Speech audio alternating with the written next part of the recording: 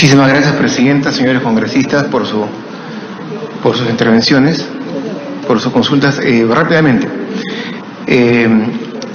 ¿se puede aprobar el bicameralismo a pesar de que haya sido rechazado en el referéndum? Sí, legalmente no hay un impedimento de acuerdo a la interpretación correcta que hace el congresista Violeta. El único impedimento es el político. Si ustedes juzgan que es el momento para plantearlo o no, pero el Congreso en este caso puede más que la consulta popular.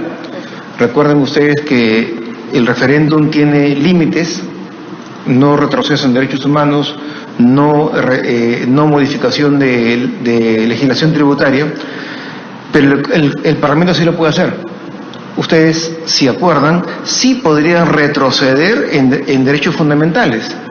Obviamente, seguramente a un costo político determinado, pero sí lo pueden hacer. El Parlamento, y está el dicho para el Parlamento inglés, que dicho sea de paso, hoy en día los hechos lo han superado, pero en el siglo XVIII se decía de que el Parlamento inglés todo lo puede, excepto convertir en mujer a un hombre.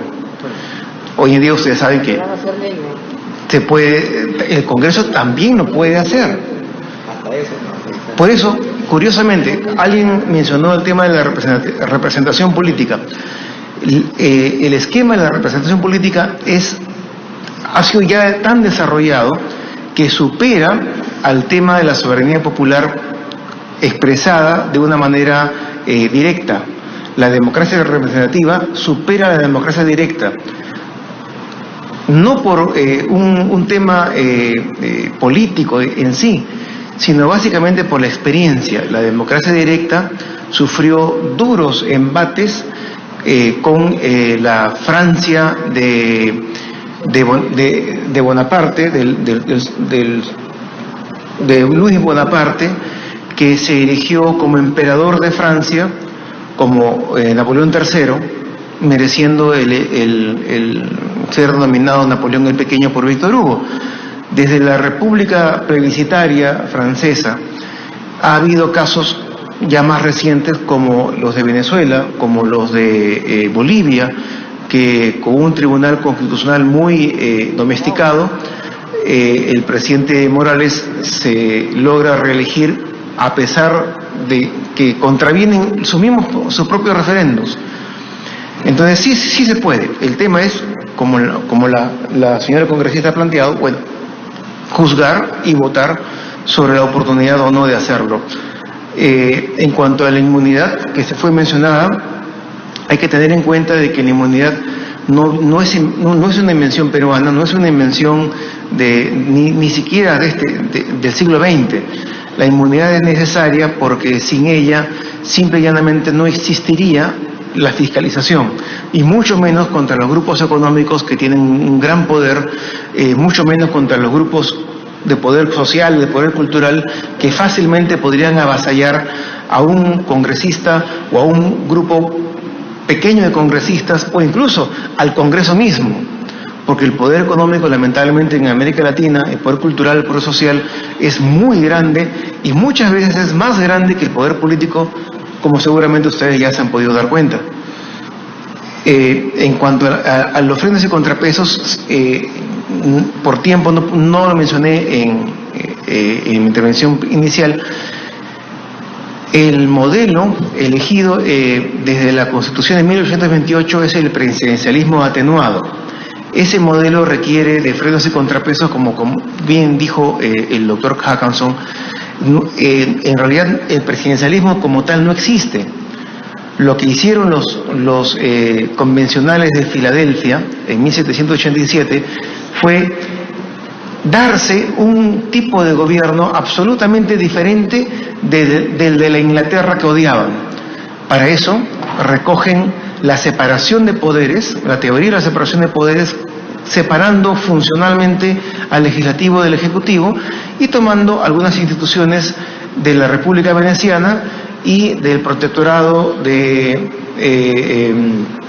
Cromwell del siglo XVII. crearon un tipo de gobierno de separación de poderes, pero no es una separación de compartimentos estancos, sino es una separación, entre comillas, de frenos y contrapesos, de que mutuamente se controlan y por lo tanto el equilibrio es la palabra clave. Si se aprobara esa propuesta de que solamente el Congreso puede censurar a un Consejo de Ministros, pero no a un ministro determinado, prácticamente sería encasillar al Congreso. Curiosamente comenzamos hablando de que el Congreso todo lo puede, encasillar al Congreso derribando un gobierno, derribando un Consejo de Ministros, de forma tal que podría quedar sin castigo político el error político de un ministro, que merecería irse a su casa.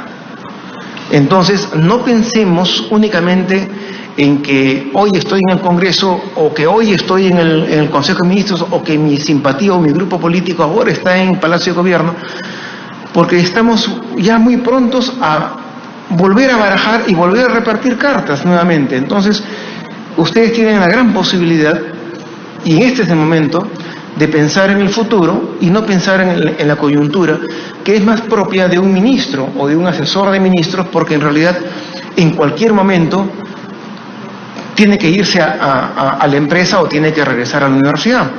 Ustedes no, pero al mismo tiempo ustedes han tenido la inmensa fortuna de poder enfrentar una crisis republicana tan grande, con tantos elementos de por medio, económicos, culturales, sociales, de corrupción inmensa, internacional, etcétera. Ustedes lo han tenido que enfrentar en estos quinquenios y obviamente no tienen el reconocimiento ciudadano.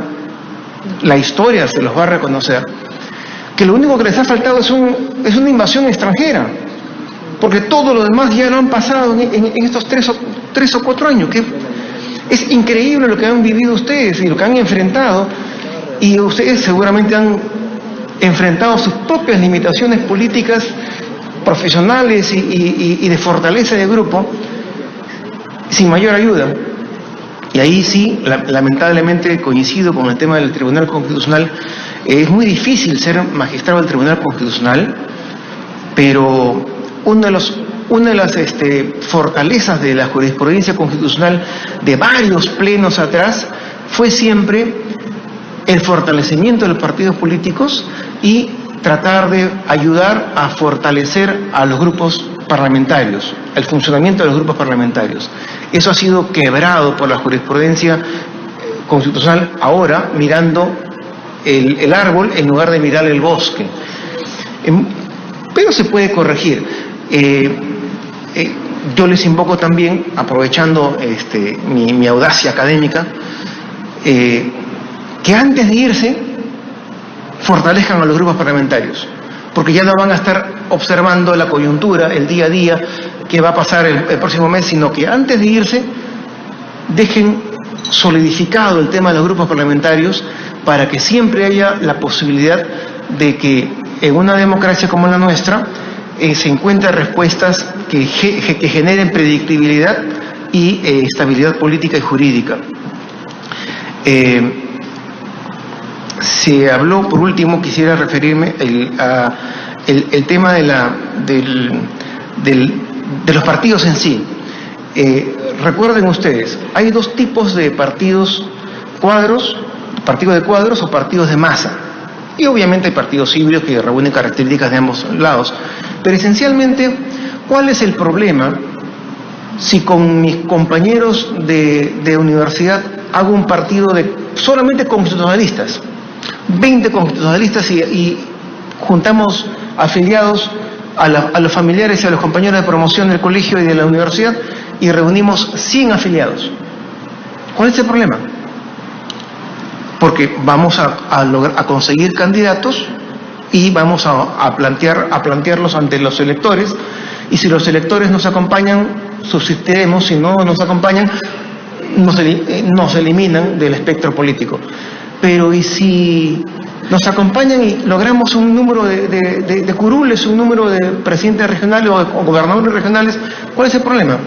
Porque en el proyecto que nos han enviado, que ha sido planteado, establece una curiosísima, y yo creo que no es maliciosa, pero es una muy curiosa relación forzosa, obligatoria, entre el número de afiliados, número de votos logrados, conseguidos, y el número de participantes en las primarias, que deben ser en un solo día, para todos. De forma tal que, si no consigo una relación perfecta entre el número de afiliados, el número de votos obtenidos en las elecciones generales y el número de participantes en las primarias, mi partido desaparece, pierde la inscripción. ¿Y cuál es el problema de que sea un partido pequeñito, de cuadros? ¿Es obligatorio ser un partido de masas? ¿Por qué? Si los partidos de masas en realidad en el mundo entero están en retroceso, ya no existen. El Partido Socialista Francés, que fue uno de los últimos partidos de masas, ha decaído, y justamente el presidente actual de Francia ha casi destruido el Partido Socialista Francés, porque los retos que imponen las sociedades, las comunidades políticas, los grupos sociales, están siempre en constante renovación. Por tanto, en algo coincido, sí, y cambia, toda la política cambia. Entonces, si en algo coincido, es que la ley de partidos políticos debería tener 4 o 5 principios esenciales y dejar que cada partido, al igual que cada empresa, se estructure de la mejor manera posible, porque al final de cuentas es el mercado electoral, el que lo va a castigar o el que lo va a premiar. Dense cuenta de un detalle: todos los partidos políticos organizados que han hecho elecciones primarias, la gran mayoría se han dividido. Si las han hecho bien, logran la división. ¿Quiénes superan las elecciones primarias? Los partidos pequeños, con un liderazgo indiscutido, que tienen alrededor no más de 10.000 o 20.000 afiliados. Por tanto, con un liderazgo indiscutido, lo que dice el líder se aprueba. Entonces, ¿contra quién está destinada esta obligatoriedad de primarias? Contra los partidos organizados. ¿Cuál debe ser la pretensión del Congreso, la pretensión de la academia, la pretensión de la gente que estudia estos aspectos? Fortalecer a los partidos políticos. ¿Cuál es la línea que han llevado últimamente todas las reformas políticas? Debilitar a los partidos políticos. Por todos los medios han debilitado a los partidos políticos. Aparentemente, lo que se quiere es fortalecer las funciones de la prensa, de los medios de comunicación, que al final son los que están reemplazando al Congreso, porque ellos son los que ahora todo lo pueden. ¿Podrían convertir a un hombre en mujer o a una mujer en hombre? Sí, los medios lo pueden hacerlo. Y capítulo aparte, el partido político, por ejemplo, en un proyecto de la Comisión Tuesta, para finalizar, hay detalles que no pueden pasar desapercibidos. El partido político puede recibir aportes individuales solo de los afiliados. De los privados, solamente de los afiliados. De forma tal que dependen del aporte público y dependen de los periodistas y los jefes de noticias que buenamente inviten a los candidatos o no los inviten. Por tanto, los medios colocarían presidentes. Y por favor, ya ustedes han vivido el embate terrible de esto, que no haya ninguna empresa ni ningún medio de comunicación que ponga o saque presidentes en el futuro. ¿Qué pasa? En Estados Unidos, que es el esquema copiado, en Estados Unidos cualquier persona puede aportar individualmente a cualquier candidato. Le puede enviar $100 en un sobre vía postal. ¿Por qué? Porque de lo que se trata justamente es de tener un discurso político con mucha potencia, sea de izquierda o sea de derecha, sea conservador o sea liberal.